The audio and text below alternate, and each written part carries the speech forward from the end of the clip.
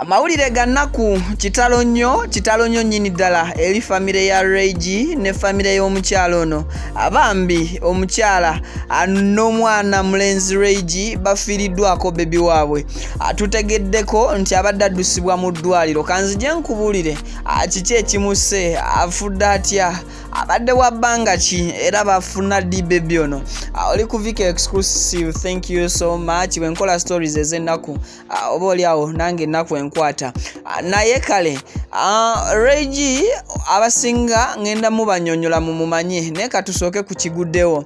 Afiiriddwako bambi bebi awe era nga bebi ono mu July yaweza emyezi 6 kati munyambeko abaasoma mu December abadde agenda kuweza ndooza omwaka mulamba kozi nti bebi yazaalibwa mu mwezi gwali gwa January era omukyala maama w'omwana ono n'afumbirwa Reggie oba n'amukuba embaga mu mwezi gwali gwa 6 awo era mujjukira bulungi nnyo ku mbaga yaabwe yali published bagipublishinga abasinga ffenna twagimanya newankubadde ba bloggers abasinga tebagikola lwa nsonga nti Reggie yali tannaba oba oli awo akufuuka nnyo nsonga ng'olwaleero wabula affe wano ku Viki Exclusive bambi tutwala okusaasira kwaffe eri famire y'omugenzi n'omwoyo gwa bebi ono omuto Mukama Katonda aguludene agulamuza ekisa.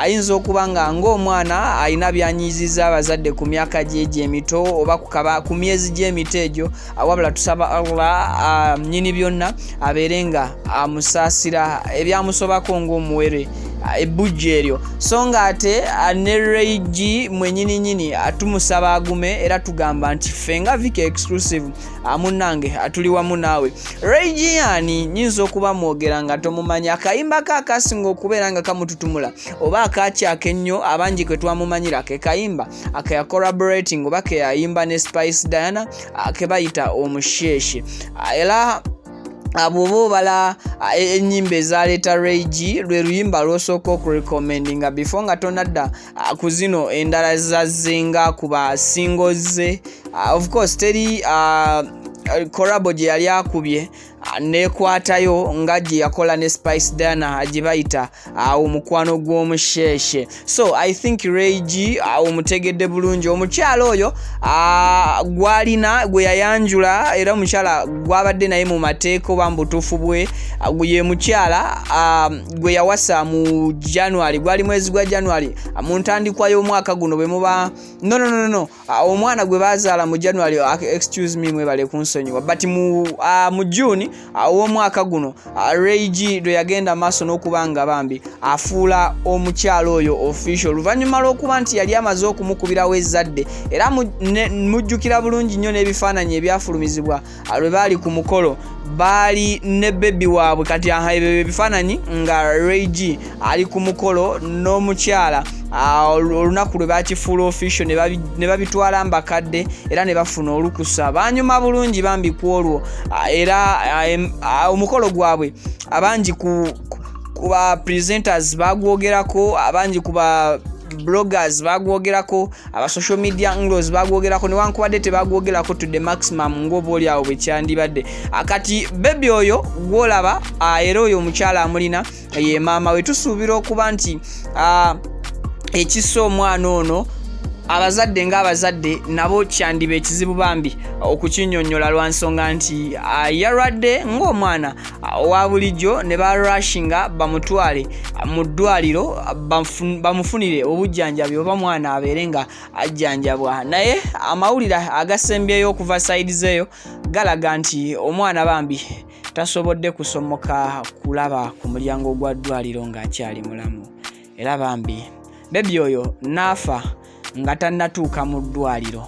Kitalo nnyo nnyini ddala. Viki Exclusive tunyolwa wamu ne Reggie era ne maama w'omwana atusaba Mukama abagumye. Nja kuba nkomawo mbawe updates ez'enjawulo ku biki ebinaaba bizuuliddwa oba oli awo ne Mukama anaaba asobozesezza Reggie oba omukyala ku babiri n'abawa amaanyi agasobola okwogerako naffe ne batubuulira ekituufu kiki ekiviiriddeko omwana ono okubanga bambi obulamu abutonda bwatyo ate era ne twongera okugumya buli wa luganda lwa mukyala cause tukimanyi kiruma nnyo omusajja ne when it comes ku nsonga z'abaana birumanya abakyala. Katusabe Mukama agumye abo bonna ab'eŋŋanda z'omukyala. Viki Exclusive akugamba nti ajja kuba akuwa updates zonna ezigenda okuvaayo. Just ky'olina okukola subscribinga ku YouTube channel eno. Bw'omala okusubscribinga mukwano akadde kajje mu personalize okateeke mu all. Kitegeeza nti buli update yonna egenda okuva ku side zeno ogenda kuba ogifuna butereevu ku simu yo. Naye nga nzikiriza nkujjukize nti Hajati Kalodo akugamba ye alomba dduwago enaasumbuyibwa awatawaanyizibwa ekika ky'ebizibu byonna mu contactingeko ku namba yo ojja kuba ogiraba eya MTN ebeerawo mu kabokisi aka black. Asangibwa Wakiso ajja kuba nga oba oliawo akuyambako okufuna passport, visa, butuuze mu nsi ndala, byonna gwe mu contactingeko oluusi oyagala kwogerako na muntu sekinoomu, byonna ajja kuba nga abikukolerako. Ye Hajati Kalodo omusomi w'eddwa. Kale abwentyo bwe ngenda okubeera nga mberekereza, tuli mu Christmas season, mbasaba mwekuume era mbasaba amasanyu gabeere matonotono, bingi bigenda kubeerawo naye mubeere balamu tuweereze abantu abalamu.